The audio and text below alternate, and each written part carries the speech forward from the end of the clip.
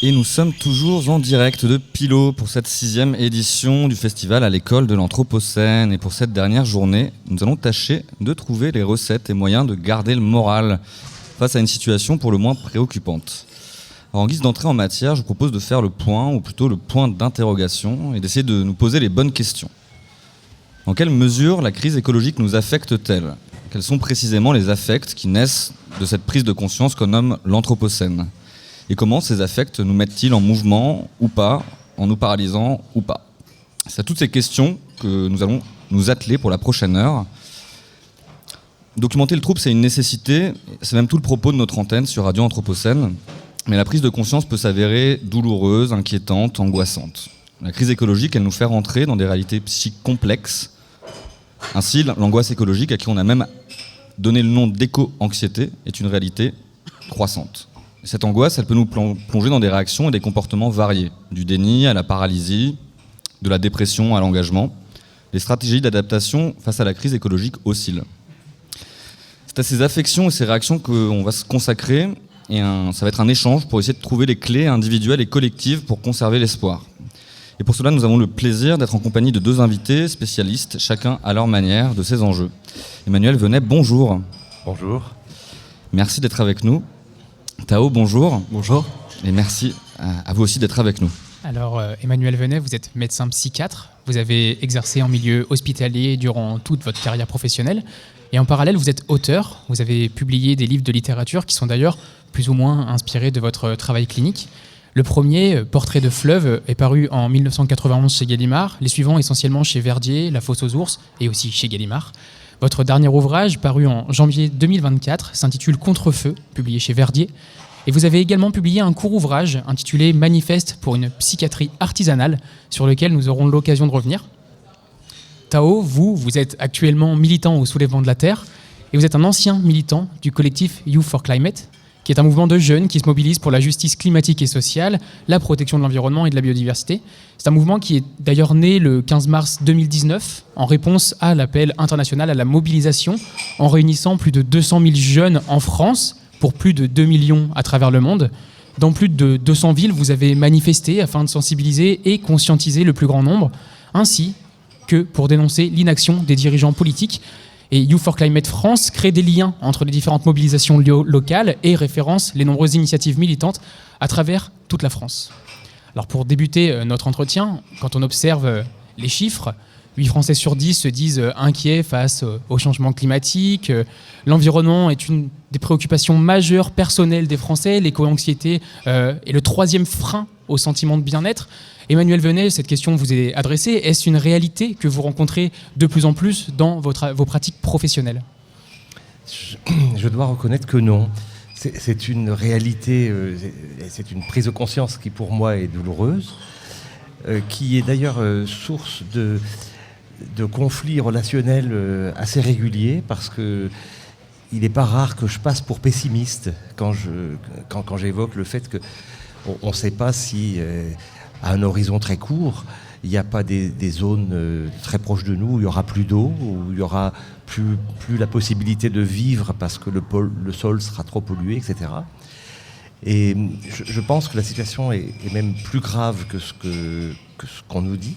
Je pense qu'il y a des phénomènes d'inertie climatique, d'inertie dans les pollutions, enfin les polluants éternels, etc., qui sont vraiment très très inquiétants, parce qu'il y a des sommations, des effets de sommation.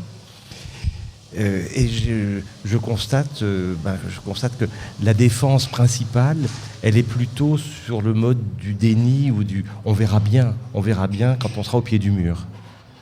Alors, à l'opposé, je vais vous donner la parole, Tao. Est-ce que vous le voyez de plus en plus dans le milieu militant, ou est-ce que c'est quelque chose que vous arrivez à mettre en mots dans ces collectifs, ou bien on est sur la même figure de déni, ou en tout cas dans la façon de la mettre en mots dans le collectif ? Je dirais que ça dépend beaucoup de quel point de vue on se place. Au sein du collectif, les gens qui sont engagés en faveur dans des mouvements écolos, c'est des gens qui sont particulièrement sensibles et qui vont être particulièrement touchés par l'éco-anxiété. Maintenant, si on se place du point de vue de la jeunesse en général, en tout cas de la jeunesse que j'ai l'habitude de voir à l'université ou dans les milieux que je fréquente, je partage vraiment l'analyse d'Emmanuel Venet que j'ai l'impression qu'entre les militants et le reste de la jeunesse, il y a vraiment, on ne vit pas dans le même monde, on n'a pas la même perception de qu'est-ce qui nous attend. L'Anthropocène, c'est vraiment l'idée que on entre dans une nouvelle ère géologique, donc tout va être perturbé à tous les niveaux. Je suis tout à fait d'accord qu'on n'a vraiment pas conscience d'à quel point est-ce que le monde va changer dans les années qui viennent. Et j'ai vraiment l'impression qu'il y a toute une partie donc de la jeunesse, mais pas que de la jeunesse, des gens de manière générale, qui a vraiment pas la même conscience de ces changements que celle que je peux avoir et que je partage avec les militants que je fréquente. Et est-ce qu'on peut ainsi dire que l'éco-anxiété serait quelque chose de partagé au niveau de la profession en psychiatrie, en mettant un nouveau mot dessus, sachant que cette sensation, que ce sentiment, que cette affection à l'éco-anxiété n'est pas réel, en tout cas dans votre pratique, ou n'est pas visibilisé par les personnes? Oui, c'est ça. Je ne sais pas bien. Je ne suis pas sûr qu'au fond d'eux, les gens que je soigne ne sont pas éco-anxieux. Hein. Mais d'abord, ils m'en parlent peu. Enfin, c'est pas quelque chose qui revient dans les consultations. Et puis, je dirais que je ne suis pas sûr que je le sois moins qu'eux. Et je me souviens, alors, je crois bien que c'est Winnicott, mais je ne saurais pas vous dire l'origine exacte de cette phrase, qui disait qu'idéalement, il faudrait en psychiatrie que les moins malades soignent les plus malades. Et là, pour le coup, je ne suis pas sûr de ne pas être plus éco-anxieux que la moyenne des gens que je reçois dans mon bureau de consultation. Et l'état de la recherche psychiatrique, est-ce que c'est des choses qui aujourd'hui tendent à être mises sur la planche, ou est-ce qu'il y a des choses qui commencent à essaimer à ce sujet, ou est-ce que c'est simplement une sorte de mythologie dont on parle dans la presse généraliste aujourd'hui? D'après ce que je vois, des bibliographies qui passent, des notes documentaires qu'on reçoit dans les hôpitaux, ça reste un sujet extrêmement marginal et complètement écrasé par exemple, la question de la recherche neuroscientifique en psychiatrie. Et vous savez, on a annoncé hier à Grand Son de Trompe qu'on allait pouvoir faire le diagnostic de la bipolarité avec une prise de sang, sans savoir sur qui se dose, comment l'algorithme travaille. Enfin, ça sera des choses très très mystérieuses. Mais on comprend bien, sans être forcément d'une haute conscience politique, que là derrière, il y a des laboratoires pharmaceutiques qui vendent des thymorégulateurs et qui ont bien évidemment intérêt à soutenir ce genre de recherche et aussi intérêt à ce que le diagnostic soit le plus large possible. Et est-ce que vous, dans vos diagnostics que vous faites, j'imagine, en analysant les discours des personnes que vous rencontrez, vous réussissez ou vous essayez peut-être de le rattacher, de rattacher ces problèmes liés à la période que l'on vit actuellement avec l'Anthropocène? Est-ce que vous pouvez le rattacher à d'autres sphères sociales, à d'autres éléments de la vie quotidienne, que ce soit le travail, le lieu de vie? Écoutez, j'ai l'impression, hein, je me sens pas extrêmement outillé pour vous répondre de manière générale. Je peux simplement vous dire ce que je vois moi depuis ma place. Les patients que je reçois sont souvent des patients psychotiques ou bipolaires ou qui ont des très graves addictions. Et les préoccupations liées à leur pathologie mentale occupent le devant de la scène. Et je dirais que c'est peut-être une boutade un peu idiote, mais ils n'ont pas le luxe d'être éco-anxieux, me semble-t-il. En tout cas, d'en parler, d'en faire état. Ils sont trop polarisés, en quelque sorte, par leurs problématiques personnelles. Et la deuxième partie de la question, c'était... La seconde, c'était liée aux autres sphères sociales de la vie quotidienne. Alors, oui, c'est ça. Beaucoup parlent parce que leur pathologie a des répercussions immédiates sur des questions comme le logement, le travail, l'insertion sociale au sens large. Et ça les occupe beaucoup. Mais, encore une fois, très peu me parlent de l'inquiétude pour le lendemain. Alors, il y a aussi peut-être une dimension à prendre en considération, c'est que beaucoup de malades mentaux graves qui sont soignés dans les hôpitaux sont sans enfants. Et je pense que le fait d'avoir des enfants, de voir grandir des enfants, des petits-enfants, c'est quelque chose qui est source d'une grande inquiétude et aussi d'une sorte de culpabilité, parce qu'on se demande si le monde qu'on va leur laisser sera vivable. Enfin, en tout cas, moi, c'est une question que je me pose à titre personnel. Et Tao, vous, de votre côté, vous qui êtes militant du coup aujourd'hui chez les Soulèvements de la Terre, vous qui avez été dans le collectif Youth for Climate, vous nous l'avez dit, l'éco-anxiété, c'est une réalité que les militants connaissent en décalage par rapport au reste de la jeunesse. Ça signifie quoi concrètement être éco-anxieux quand vous en parlez entre militants? Qu'est-ce que vous évoquez? Qu'est-ce que vous ressentez? Si c'est possible de mettre des mots là-dessus? J'ai l'impression que ça dépend vraiment de pour qui. Enfin, je pense qu'il y a autant d'éco-anxiété qu'il y a de gens qui sont conscients de la crise climatique. Pour ce qui est mon cas, c'est vraiment une incapacité à se projeter dans qu'est-ce que sera le futur, dans quoi est-ce que je peux me projeter, vers quoi est-ce que je peux aller, sachant que le monde vers lequel on se dirige sera probablement très différent de celui qu'on connaît et de celui qu'ont connu les générations précédentes, et vraiment un décalage avec le reste de la société et le fait que l'ensemble des structures qui sont censées nous amener vers trouver un futur, trouver un avenir, prennent pas du tout en compte ces questions-là. Et typiquement, un conseil d'orientation au lycée, à la fac, ça va pas du tout prendre en compte le fait que le monde est en train de changer. On nous dit, il faut se diriger vers de l'informatique, ça va recruter beaucoup dans les années qui viennent, et toujours dans cette perspective de le monde continuera à aller dans le même sens et ça va jamais s'arrêter et on continue comme ça et on se pose pas de questions. Et quand on se pose des questions et qu'on est face à une société qui, dans son ensemble, se pose pas ces questions-là, c'est assez déstabilisant et c'est assez difficile de voir comment est-ce qu'on peut jouer avec ça. Et en plus de ça, le deuxième aspect qui, moi, m'angoisse beaucoup pour l'avenir, c'est aussi la fascisation du paysage politique et à quel point est-ce qu'on se dirige de plus en plus vers une société qui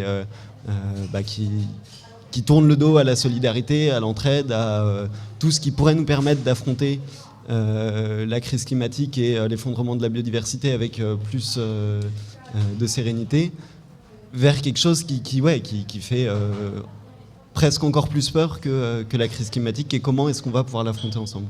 Avant de revenir sur cette question de l'engagement collectif et de la solidarité, j'ai une question liée à votre transition personnelle. Vous passez de Youth for Climate au Soulèvement de la Terre. Le Youth for Climate est un mouvement de jeunes. Est-ce que, en passant chez les Soulèvements de la Terre, vous avez observé un changement de population parce que, mine de rien, les chiffres montrent également que des personnes de plus de 70 ans, en tout cas dans les chiffres qu'on a pu relever, souffrent également d'éco-anxiété. Est-ce que ce sont des personnes que vous rencontrez au quotidien sur le terrain ? J'en ai toujours rencontré sur le terrain, même quand on milite à Youth for Climate. On est entre jeunes quand on fait nos réunions, nos AG, mais on a toujours parlé au reste du monde militant et on n'est jamais resté cloisonné. Et après,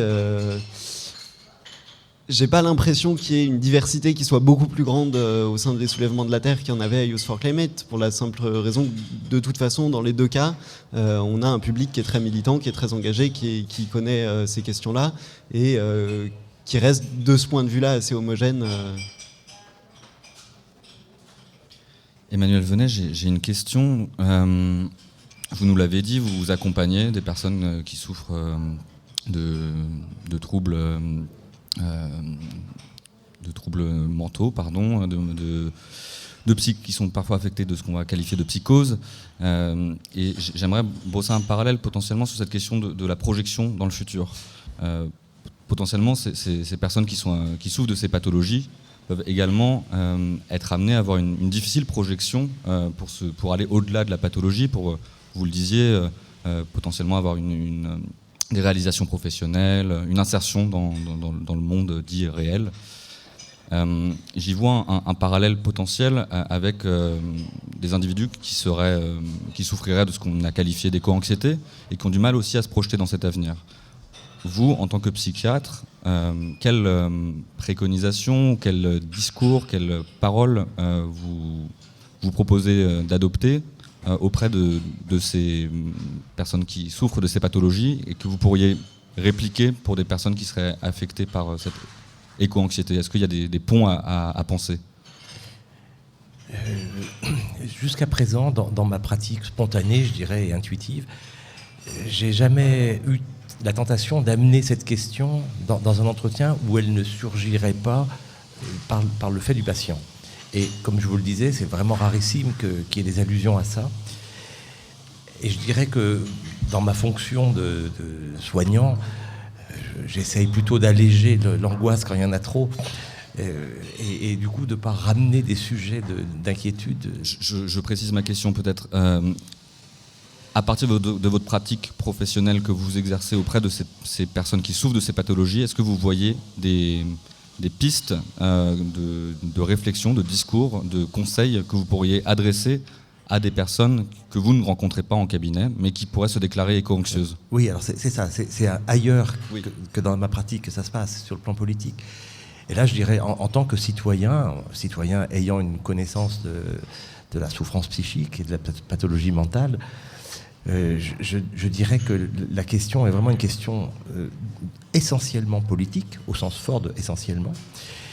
Et ce qu'on observe, c'est tout à fait en lien avec ce que disait Tao tout à l'heure, c'est on a des populations qui se sentent relativement peu concernées, mais parce que ça marche un peu ensemble, mais en gros, il y a un décervelage politique qui est voulu, qui est actif, qui permet que des gens climato-sceptiques, fascistes ou fascisants, ici ou là, soient élus et réélus. Et du coup, il y a une sorte de système politique autobloquant. Moins on en parle, mieux ça vaut pour ceux qui profitent de ce système. Alors, c'est là que, oui, je pense que les soulèvements de la Terre, les associations militantes ont un rôle essentiel à jouer. Et j'observe, comme tout le monde, qu'elles sont solidement contrecarrées, molestées. Enfin, le pouvoir politique n'aime pas ça. Hein. Et on a vu chez nous, très clairement, un revirement ou un écart qui va croissant entre les propos officiels. Je crois que Macron avait dit que son deuxième mandat serait écologique, enfin, me semble-t-il. Exactement. Et puis on n'en prend pas bien le chemin, et au contraire, enfin, on s'en éloigne de plus en plus. En revanche, je vous disais que je passe souvent pour pessimiste, mais enfin, ceux dont on s'éloigne de moins en moins, c'est la guerre. Et je pense qu'il y a un lien, moi, entre ces deux choses. Juste une petite boutade et une provocation. Qu'est-ce que ça vous fait, Tao, d'être qualifié d'éco-terroriste quand on parle de guerre, quand on parle d'angoisse et qu'on s'engage pour lutter contre la crise écologique? Comment on le vit intérieurement en tant que militant? Ah bah ça met en colère, c'est particulièrement abject, d'autant plus quand on sait qu'une des cibles privilégiées des soulèvements de la Terre, c'est Lafarge, que pour le coup on pourrait à tous les niveaux qualifier d'éco-terroristes. Éco-terroristes parce qu'ils détruisent l'environnement, et terroristes parce qu'ils ont quand même... c'est avéré qu'ils ont financé Daesh pour pouvoir continuer leurs activités écocides en Syrie. C'est quand même quelque chose d'assez hallucinant. Et c'est vraiment hallucinant à quel point c'est de la stratégie de détournement de la part du politique, de défaussement de ses responsabilités. Plutôt que d'aller affronter le fond des sujets, on va balancer des mots qu'on maîtrise même pas, des mots qui sont vraiment violents et qui sont durs, même pour les vraies victimes de terrorisme. Enfin, je sais pas comment ça a été reçu par les gens qui ont survécu au Bataclan de voir qu'on employait le même mot pour décrire les gens qui sont là pour tuer, qui font des actes horribles, et des gens qui sont là pour défendre le vivant et se battre contre la construction des méga-bassines. C'est quand même quelque chose qui met vraiment en colère et qui est vraiment déprimant de voir à quel point il y a un cynisme et aucune responsabilité de la part de gens qui sont censés être des responsables politiques. Enfin, c'est dans le mot, c'est vraiment juste... Et pour rebondir là-dessus, sur la question des bassines, on a tous entendu parler de cette dissolution, cette fameuse tentative de dissolution des soulèvements de la Terre. Est-ce qu'il y a eu une forme d'anxiété qui s'est surrajoutée à cette éco-anxiété que vous vivez, ou est-ce plutôt un élément qui a conduit à une prise de conscience d'autant plus forte de la part des militants ? C'est un élément qui est pas qui a fait beaucoup de bruit, mais qui est pas spécialement nouveau qui s'inscrit vraiment dans la dynamique générale de répression toujours plus forte des mouvements sociaux, pas que des mouvements écolos, mais vraiment de l'ensemble du mouvement social. Et en ça, c'était pas une nouvelle qui était vraiment surprenante. Au sein du milieu militant, on s'y attendait à cette nouvelle depuis plusieurs mois, et ça nous a pas...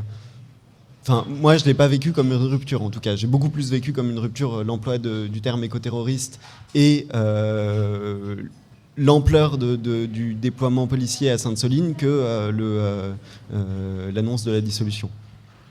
Je voulais aussi vous entendre sur finalement votre engagement et l'appartenance à un collectif et les effets de cette appartenance. Qu'est-ce que ça produit finalement chez les militants ? Est-ce que c'est un remède à la crise ? Quand on sait que, et je vais être un peu cynique, mais finalement les résultats hélas, des mobilisations ne sont pas à la hauteur de ce qu'on pourrait espérer. Et que ce second mandat n'est pas écologique. Ce second mandat n'est pas écologique.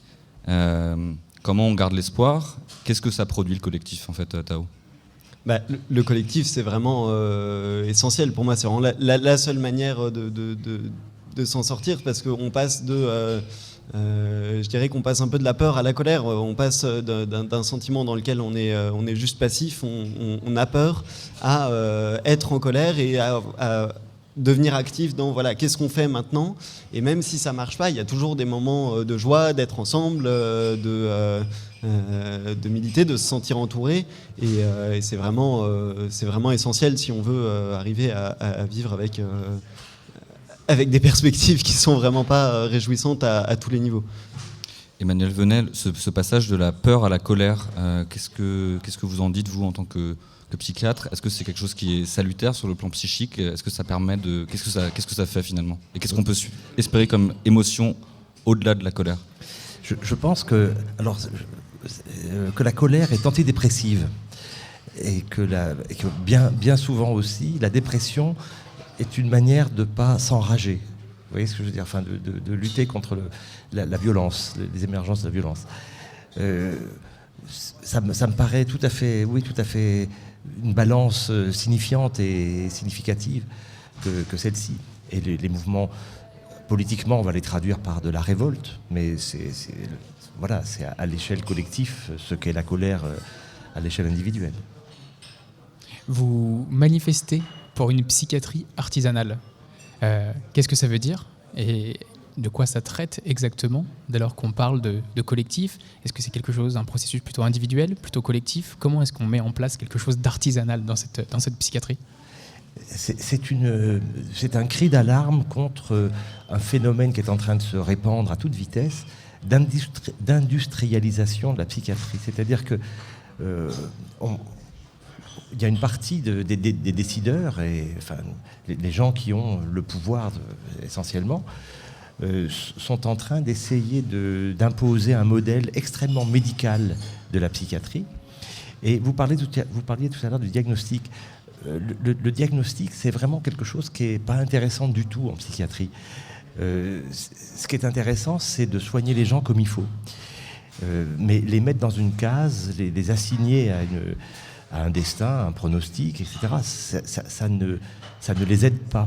Et je dirais que moi, le diagnostic ne m'importe que lorsque je dois renseigner la sécurité sociale ou la MDPH de manière à faire obtenir aux gens un bénéfice, une prise en charge à 100% ou une allocation adulte handicapé ou des choses comme ça. Mais quand je soigne Monsieur Dupont ou Madame Durand, savoir que schizophrène, bipolaire, alcoolique ne m'intéresse guère. En revanche, savoir comment on va trouver une manière une manière de faire que la relation soit thérapeutique et puis que l'ensemble aussi. Je ne suis pas hostile aux médicaments, par exemple. J'en prescris très régulièrement à des gens pour qui c'est très salutaire parce qu'ils souffrent beaucoup s'ils n'ont pas de traitement. Mais je ne prescris pas à tous. C'est quelque chose qui est tout à fait au cas par cas et nuancé. Alors, cette industrialisation de la psychiatrie, elle est particulièrement nette avec la Fondation Fondamentale qui propose qui avait lancé, vous savez, un cri d'alarme en 2018, psychiatrie, l'état d'urgence, en disant en gros c'est un capharnaüm, la psychiatrie française, en particulier publique, il faut absolument remettre de l'ordre là-dedans, mais c'est vraiment de l'ordre ultralibéral. Et cette fondation donc œuvre de manière extrêmement diligente à médicaliser à outrance la médecine, à faire justement des catégories diagnostiques, des démarches diagnostiques de plus en plus standardisées, protocolisées, et dont je dirais très simplement que dont la pertinence ne me saute pas aux yeux. Et je pense qu'il faut être extrêmement critique. Alors je parle moi de psychiatrie artisanale dans mon livre, mais je reviens d'un congrès à Montréal de psychiatrie critique, et j'aime beaucoup cette idée. C'est un mouvement qui est plutôt anglo-saxon, qui a peu pris en France, mais d'un regard critique sur les propositions qui nous sont faites par des gens qui se réclament d'une science méthodologiquement plus sûre, plus rigoureuse, etc. Alors qu'en fait, ils schématisent, ils réduisent d'une manière très très sensible, très, très notable et très dangereuse à mon avis. Vous relativisez l'importance vous nous racontez et nuancez l'importance du diagnostic de manière individualisée, et dans le même temps vous portez un diagnostic à charge sur l'état de la psychiatrie et de l'hôpital en France, à juste titre, sans aucun doute. Est-ce que finalement ce diagnostic de cette crise de la santé, et notamment de la santé mentale, c'est pas un bon indicateur plus général pour identifier une crise du soin, et en fait qui est manifeste, qui serait aussi le témoin de ce moment anthropocène? Oui, il y a une crise du soin et qui s'entremêle avec une crise des services publics. Et bon, ça, ce sont des choix politiques qui sont tout à fait connus et tout à fait objectivables. Enfin, on ne peut pas le nier. Mais dans la question du soin, et en particulier donc de l'équilibre ou la répartition entre le service public sanitaire et le service privé, là, il est en train de se passer une catastrophe. C'est-à-dire que je crois qu'il y a deux systèmes qui... On parlait beaucoup de médecine à deux vitesses, vous savez, il y a quelques années, mais là, c'est plus qu'à deux vitesses. C'est deux philosophies du soin. Il y a une philosophie du soin comme étant une activité économique rentable quand il s'agit de livrer du prêt à soigner à une patientèle solvable. Et ça, c'est la cataracte, la prothèse de hanche, la prothèse de genou, les stents coronariens et des choses comme ça, que le privé a capté pour en faire une pompe à finances. Et puis, il y a un service public qui n'est pas lucratif, qui est même au contraire forcément déficitaire sur le plan financier, puisqu'il s'agit d'injecter de l'argent public pour produire du soin, du mieux-être, de la santé, enfin quelque chose qui n'est pas financier, qui n'est pas financiarisable. Et là, le service public est en train de s'asphyxier. Et on parlait des baleines, des oiseaux et des insectes tout à l'heure, mais on peut parler des médecins hospitaliers. Actuellement, les derniers chiffres que j'ai trouvés datent de, je crois, 2021. Il y avait dans nos hôpitaux plus du tiers, 35,5% de postes de praticiens hospitaliers vacants pour les temps pleins et presque les 3/4 pour les temps partiels. C'est vous dire, hein, c'est des milliers et des milliers de postes vacants dans toute la France, qui sont des postes pourtant pas indignes, intéressants intéressant sur un plan intellectuel et évidemment très noble sur un plan social et politique. Et avec l'idée de médecine à deux vitesses, vous faites un lien direct entre inégalité sociale, inégalité en santé et inégalité environnementale. Est-ce que c'est quelque chose que vous appréhendez également dans les mouvements militants au soulèvement de la Terre ? Ah mais complètement, ouais, c'est depuis plusieurs années, ça a pas mal évolué depuis l'époque où je suis rentré dans le mouvement écolo. Mais oui, c'est sûr qu'on fait complètement le lien entre les injustices sociales, les injustices climatiques, parce que à tous les niveaux, c'est complètement lié. C'est les personnes les plus touchées par les inégalités sociales qui vont être aussi les plus touchées par la crise climatique. C'est les personnes qui sont dans des positions socialement favorisées qui sont les plus responsables de la crise climatique aujourd'hui. C'est complètement impossible de démêler ça. Et on ne peut pas inscrire la lutte contre le changement climatique dans un cadre qui ne soit pas aussi un cadre de restauration des services publics, de lutte contre les inégalités et un cadre de gauche, quoi, si on veut mettre une étiquette, mais c'est absolument nécessaire de faire la convergence entre les luttes climatiques et les luttes sociales. Et comment est-ce qu'on passe avec ces inégalités à la fois sociales et environnementales et de santé qui ont un impact direct sur la santé mentale? J'ai reçu il y a 2 jours une coordinatrice du Conseil de santé mentale qui faisait le lien direct entre l'infestation de punaises de lit dans certains endroits, dans certains logements, et cette santé mentale-là. Comment est-ce qu'on fait pour passer avec des personnes qui se stigmatisaient, notamment, qui n'allaient pas voir des psychiatres? Comment est-ce qu'on peut faire pour toucher ces personnes et pour tenter d'avoir une population plus élargie qui prend peut-être pas en compte directement ces enjeux d'éco-anxiété parce qu'elles ne le ressentent pas comme telles, mais pour autant sont touchées de manière plus ou moins directe pour pouvoir accéder à, non pas un diagnostic individuel, mais en tout cas pour permettre je ne sais pas si on peut parler de guérison ou en tout cas d'amélioration de leur vie? Alors, moi, je ne suis pas un chaud partisan de trop psychiatriser les situations.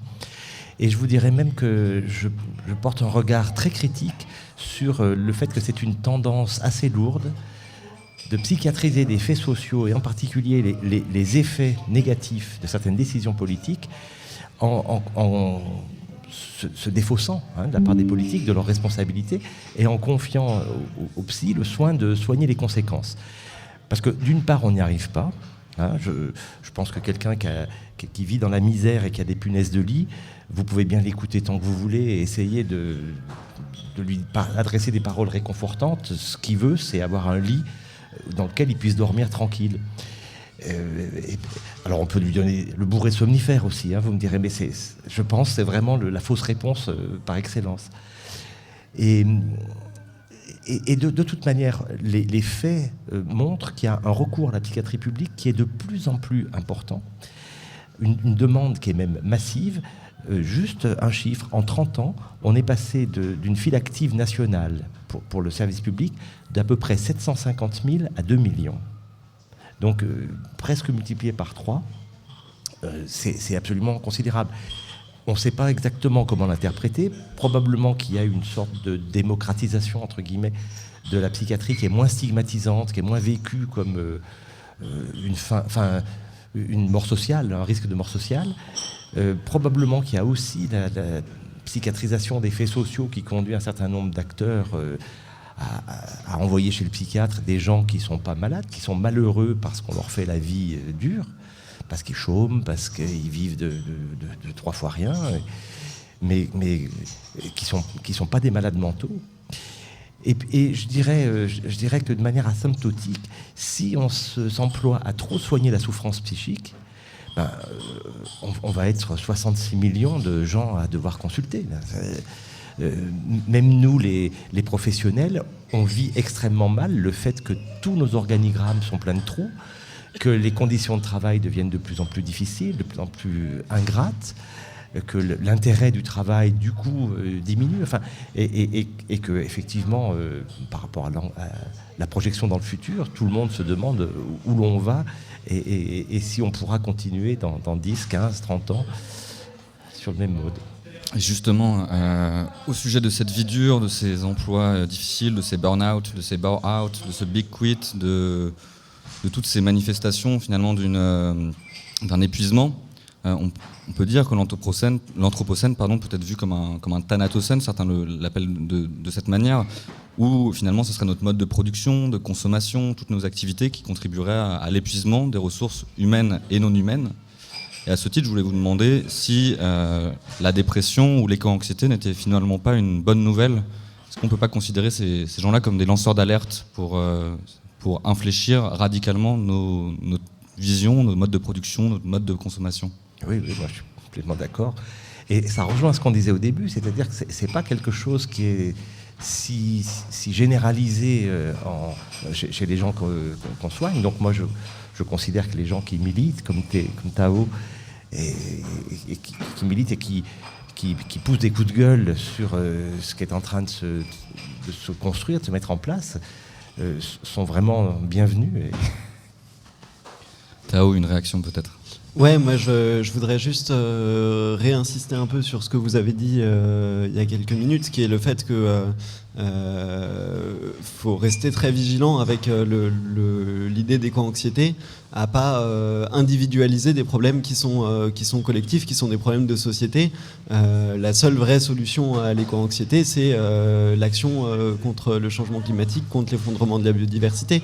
Il n'y a pas d'autre solution. C'est quelque chose qui est un fait de société, qui n'est pas un problème psychologique et avec lequel il faudrait agir individuellement. Il y a beaucoup ce mouvement autour du développement personnel qui aurait comme idée que tout le monde a la solution pour aller mieux en lui et que c'est un problème, tous les problèmes sont individuels, mais il faut vraiment se rappeler que oui, c'est des questions qui sont collectives et c'est des choix de société et c'est comment on fait pour pas se maltraiter entre nous et pas détruire notre environnement pour se retrouver dans un monde qui n'est pas habitable et dans lequel on ne peut pas aller bien.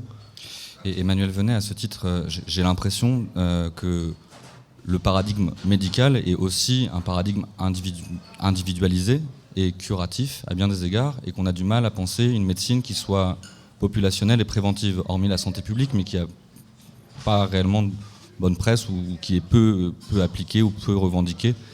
Qu'est-ce qui fait qu'on est aussi attaché, sans jeter le bébé avec l'eau du bain, puisque c'est très important de prendre en compte la santé individuelle, mais qu'est-ce qui fait qu'on a du mal à passer au-delà de ce paradigme ? Il y a un certain nombre de risques comme virer dans l'hygiénisme, par exemple. L'hygiénisme, c'est populationnel, mais c'est triste à mourir. Ça gomme toute émergence, toute fantaisie individuelle. Mais comment vous dire ? J'ai pas l'impression que la question se pose comme ça. Moi, j'irais vraiment sur les pas de Dao. C'est quand les questions sont politiques, il faut que les réponses soient politiques. Et je ne pense pas qu'il faut qu'elles dérivent vers le médical et vers l'individualisation. Je vous donne juste un exemple. Je trouve qu'il est très éclairant. Sandra Lucbert a écrit il y a quelques années un livre qui s'appelle Et personne ne sort les fusils. C'est une chronique judiciaire du procès des dirigeants d'Orange. À Orange, il y a eu un plan de licenciement qui est passé, donc il fallait virer 22 000 personnes, salariés. Et vous vous souvenez peut-être que le PDG ou le directeur, je ne sais plus, avait dit s'ils ne partent pas par la porte, ils partiront par la fenêtre. Et il y en a plusieurs dizaines qui se sont suicidés, donc dont un bon nombre par défenestration. Si tant est que les dirigeants ont été poursuivis au pénal pour harcèlement, je crois. Pas pour des choses plus graves, mais pour harcèlement. Leur première défense avait été de dire mais c'est des situations psychiatriques. Les gens qui se suicident, c'est des faibles, c'est des gens qui vont pas bien. Ça n'a rien à voir avec nos décisions. Alors que les décisions étaient, les plans de harcèlement étaient tout à fait établis, formalisés, connus. Sandra Lucbert les nomme et les raconte. Et ça s'est terminé par un procès complètement décevant parce que les peines encourues étaient extrêmement importante à l'échelle individuelle. Les amendes pouvaient aller jusqu'à 45 000 €, mais pour des dirigeants qui gagnaient à peu près 11 ou 12 fois ça par an, et donc ça les privait juste d'un séjour à l'île Maurice. Hein, et ils plaisantaient avec leurs avocats, ils n'en avaient strictement rien à foutre, pendant que les veuves ou les veufs venaient raconter le calvaire de leur conjoint suicidé à la barre. Alors voilà le genre de travers dans lequel je crois il est important de ne pas tomber. J'aimerais rebondir pour terminer cet entretien tous les quatre sur la question de la finitude. On vient tout de même d'aborder le fait que des personnes soient mortes, décèdent. Des personnes également donnent presque de leur vie sur certains mouvements. On a pu voir des grèves de la faim, des grèves de la soif sur certains mouvements, comme ça a été le cas sur l'autoroute au niveau de Castres. Comment est-ce qu'on peut caractériser cette ambivalence entre à la fois est-ce qu'on peut déjà la caractériser, mais est-ce qu'on peut revenir sur à la fois d'un côté une peur, disons, de la finitude liée à l'entrée en tout cas, on l'a bien commencé, d'être dans cette période de dérèglement à la fois climatique, etc. Et le fait d'avoir une quête qui passe par cette finitude-là. Est-ce que c'est quelque chose qui se révèle un petit peu dans les mouvements au sein des soulèvements de la Terre, par exemple ? Je ne sais pas ce qu'on peut vraiment... si on peut vraiment parler d'une quête, en tout cas moi, à titre personnel, je ne le vis pas vraiment comme ça. C'est simplement... il y a une situation qui est angoissante. Qu'est-ce qu'on fait avec ça ? Et découper le gros problème qu'est la crise écologique en plein de plus petits problèmes et les prendre tous un par un et agir et se motiver. Et après... c'est un peu un engrenage, quoi. On se lance dans un truc qui au début est pas très engageant, on va faire une manif et après on se retrouve à Sainte-Soline, on se retrouve là actuellement, il y a plusieurs dizaines de militants qui sont dans des arbres depuis plus d'un mois entre Castres et Toulouse, vous l'avez évoqué, qui subissent un harcèlement de la part de la police qui est absolument inacceptable, qui sont privés de nourriture, qui sont privés d'eau, qui sont privés de sommeil. Effectivement, dans ce cas-là, on en arrive à quelque chose qui est presque de l'ordre de la quête, où c'est vraiment très très engageant physiquement et mentalement. Vous voulez réagir, Emmanuel Venet ? Oui, cette autoroute, elle est absurde, par exemple. Bon, on le sait bien. Mais il y a beaucoup de choses qui sont absurdes. On ne va pas se lancer dans le catalogue. Mais les décisions politiques qui vont à l'encontre de ce qu'il faudrait faire dans notre époque sont vraiment légion. Et je pense que ça peut tout à fait induire des réactions de désespérance qui ne sont pas des volontés de suicide, mais qui sont « je ne veux pas vivre dans ce monde-là, où je suis prêt à prendre le risque de mourir pour faire changer les choses ». Voilà, pour ne pas me laisser entraîner dans ce tourbillon mortifère, parce qu'effectivement, le Thanatocène, c'est bien triste, mais c'est pas mal vu, hein. Et alors, on avait dit en introduction qu'on essayait de garder le moral dans cette émission. Est-ce que vous auriez une note d'espoir pour nos auditeurs et auditrices, l'un et l'autre ? Écoutez, on est encore en paix et il faut que ça dure.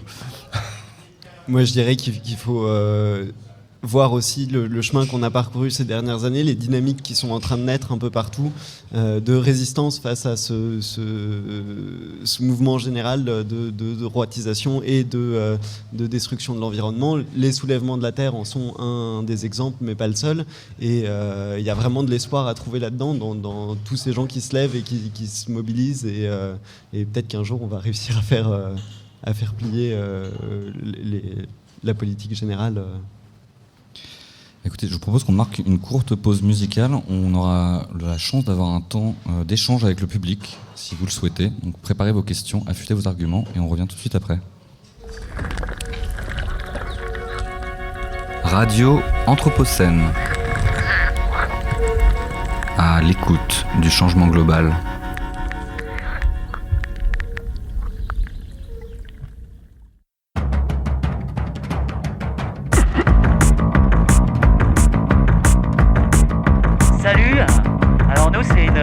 De potes, on a créé un collectif parce que on avait tous une vie à 100 000 à l'heure. Puis un jour on s'est dit mais what quoi, la vie elle passe. Puis on s'est dit on va créer un tiers-lieu. Un tiers-lieu, c'est quoi un tiers-lieu ? C'est un lieu collectif où on partage des savoir-faire autour de l'écologie, de la musique, de la cuisine, du yoga. Tout ça pour être un peu plus zen au quotidien.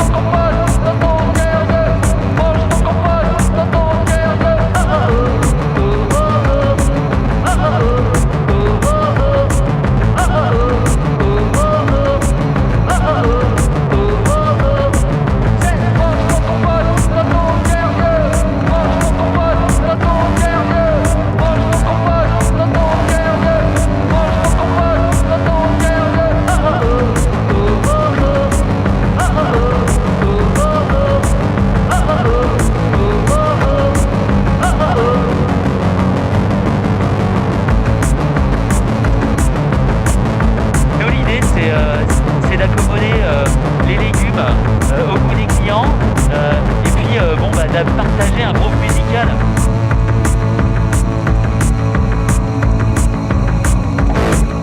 Alors, chaque semaine, on se réunit en collectif. On laisse la parole à chaque individualité pour s'exprimer dans le collectif et pour créer une richesse de partage, non pas une richesse monétaire, mais une richesse d'échange et de vie.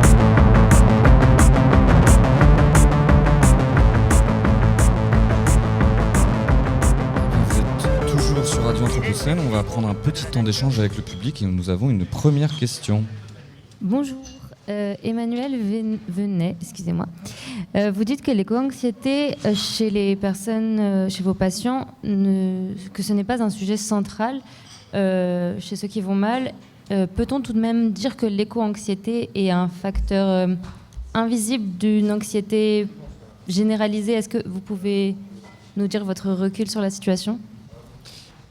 Oui, c'est ça. Je ne dis pas qu'elle n'existe pas. Mais on a dit, je crois, invisibiliser. Il me semble que le mot a été prononcé. Et également un peu en arrière-plan par rapport à des problématiques, par exemple un délire de persécution, un désespoir mélancolique. Ça va vraiment prendre tout le devant de la scène. Et si éco-anxiété il y a, elle est derrière et les gens ne pensent même pas en parler, quoi. En tout cas, dans l'espace de parole que je leur offre. Est-ce qu'il y a une deuxième question? Oui, je suis frappé en vous écoutant dans ce dialogue à deux voix, deux générations, deux positions par rapport aux questions écologiques, de voir comment il y a à la fois des continuités et des discontinuités entre ce qui était les registres des luttes sociales et ce qui est aujourd'hui les luttes à la fois sociales et écologiques. Et je dirais, c'est comment on peut penser dans l'Anthropocène l'articulation des régimes de savoir qu'il faut mobiliser dans les luttes qui touchent aux questions de la complexité des objets de la crise écologique globale et les formes de militantisme qui demandent une clarté de prise de conscience, d'idées, de sentiments d'injustice. Bref, vraiment, on articule la simplicité de la mobilisation et la complexité des questions avec lesquelles il faut agir. Ce qu'il y a dans mon question, c'est l'idée que peut-être que le problème auquel on fait face aujourd'hui dans les mobilisations écologiques, c'est que les chercheurs ou les spécialistes qui se sentent appelés à agir peuvent être maladroits dans le passage du savoir à l'action. Et ceux qui veulent d'abord agir peuvent être maladroits dans la mobilisation du savoir. Comment vous voyez cette articulation de la recherche, de l'expertise, du savoir dans le traitement des questions éminemment complexes et vulnérables de l'Anthropocène? Je dirais que d'un point de vue militant, ce qu'il faut qu'on fasse, c'est vraiment qu'on prenne le temps de se poser ces questions-là, de se renseigner, de voir comment est-ce qu'on peut intégrer les connaissances scientifiques dans nos luttes. Et ce qui est vraiment très compliqué, c'est que d'un point de vue de sensibilisation du public, ce qu'il faut, c'est une simplification extrême de toutes ces questions, parce que c'est des questions qui sont vraiment tellement complexes et tellement difficiles à percevoir sans passer des années à les étudier dans le détail. Qu'on est obligé d'aller vers une simplification qui parfois est problématique parce qu'elle va oublier des aspects du problème. Mais ouais, pour moi, la solution, la seule solution qu'on a, c'est vraiment prendre le temps d'échanger, de discuter sur nos stratégies, sur ce pourquoi on se bat. Et on passe notre temps à évoluer à des stratégies qu'on considérait hyper pertinentes, enfin que moi en tout cas je considérais hyper pertinentes il y a 3 ans. Aujourd'hui je les trouve débiles et je pense que c'est une perte de temps. Et ça se fait en prenant le temps d'en discuter entre nous, de confronter nos positions et de voir comment est-ce qu'on peut faire pour agir en restant en phase avec toutes ces connaissances. Avant de vous laisser la parole, Emmanuel Venet, j'aimerais juste savoir comment est-ce que vous faites dialoguer à la fois des chercheurs qui sont intégrés dans vos mouvements, parce qu'il y a plusieurs chercheurs qui investissent cet espace militant, et les personnes qui, elles, sont militantes. Comment est-ce qu'il y a vraiment un dialogue entre les deux, et s'il existe réellement, comment ça se passe ? Alors déjà, il y a des universitaires, des chercheurs au sein des mouvements qui apportent leur point de vue au quotidien. Et puis régulièrement, alors au sein de Youth for Climate, ça se faisait souvent sous forme de visioconférence où on avait une climatologue qui venait nous parler de l'impact de la fonte de la cryosphère sur la biodiversité, qui nous faisait une conférence et puis ensuite une partie de réponse aux questions. Au sein des soulèvements de la Terre, ça se fait plutôt lors des grandes mobilisations. Il y a toujours des tables rondes, des conférences organisées par des scientifiques autour des sujets qu'on traite. Et puis après, ça se fait aussi à un niveau plus individuel, d'aller lire des articles, se renseigner. On le fait tous, je pense, au sein du milieu militant. Et Emmanuel Venet, je vous laisse répondre à la question de Pierre Cornu. Oui, alors je la décentrerai un petit peu. Moi, j'étais adolescent quand il y a eu la première émergence politique à une présidentielle de l'écologie. Je ne crois pas dire de bêtises, hein, Roger Dumont, 74, c'est ça, j'avais 15 ans. Et très, très rapidement, j'ai trouvé qu'il y avait une faiblesse constitutive du mouvement écologique, français et allemand aussi, qui étaient déjà, les Grünen étaient beaucoup plus actifs. C'est qu'il n'y a pas une écologie. C'est comme si on avait vu se lever un parti économique. On dirait que ça ne veut rien dire. Il y a une économie de droite, il y a une économie de gauche, il y a une écologie de droite, une écologie de gauche, une écologie d'extrême droite. Et dans les préoccupations environnementales des différents partis, on voit bien que même quand des sensibilités politiques sont proches, il y a des choix majeurs sur le nucléaire, par exemple, qui sont extrêmement différents d'un groupe à l'autre. Et je pense que c'est ça qui fait que la complexité des questions, de la hiérarchisation, de la priorisation, de toute la politique énergétique, de toute la politique environnementale, agricole, etc., fait qu'il y a une sorte de babélisation du militantisme et que c'est très compliqué de fédérer. Alors c'est sans doute un point sur lequel Bruno Latour nous a rendu sensibles, le fait qu'il est devenu quasiment impossible de traduire dans un programme politique des conceptions issues de la science. C'est-à-dire on l'a vu avec la crise Covid, hein, on peut vraiment, à partir des mêmes données épidémiologiques, des mêmes données biologiques, avoir des prises de position politiques complètement antinomiques. On va prendre une dernière question du public. Question de prof. Comment on fait quand on est étudiant pour se motiver à faire des études longues, quand on est dans cette situation-là, et à l'inverse, quand on a des étudiants qui se retrouvent un peu face au vide, quoi, comment on arrive à les motiver ou à leur donner envie de se construire, je sais pas quoi en fait, mais au moins un avenir ou du moins de se construire une perspective d'étudiant? C'est hyper dur. C'est une question vraiment que je me pose tout le temps au quotidien. Moi, j'ai de la chance, j'aime beaucoup étudier, donc c'est en soi quelque chose qui m'intéresse. J'aime apprendre et donc je pense que c'est en grande partie pour ça aussi que je continue à faire des études. Mais c'est hyper dur dans les choix d'orientation, dans les choix qu'on doit faire ensuite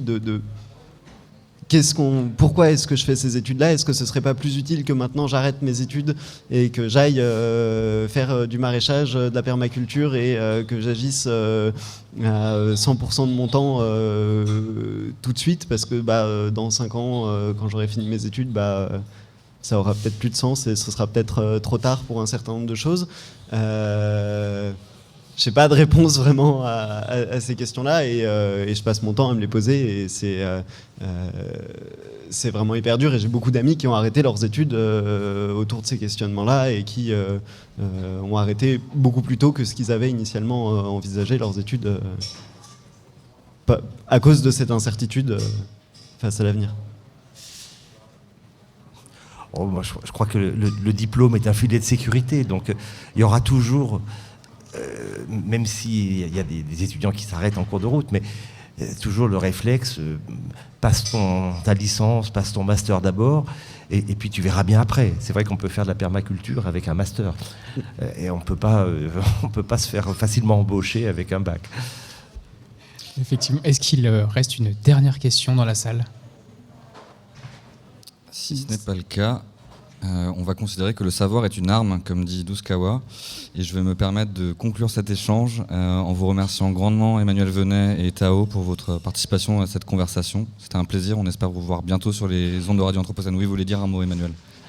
Oui, je voulais signaler que mardi prochain, le 26, je suis invité dans une petite librairie militante qui vient d'ouvrir, qui s'appelle La Tanière, boulevard des États-Unis. Et c'est une librairie très sympa qu'il faut soutenir. Donc voilà, je passe le message. Eh ben, c'est bien noté.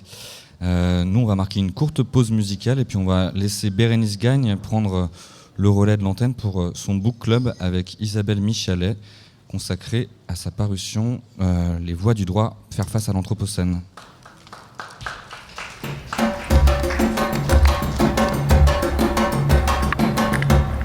Radio Anthropocène, à l'écoute du changement global.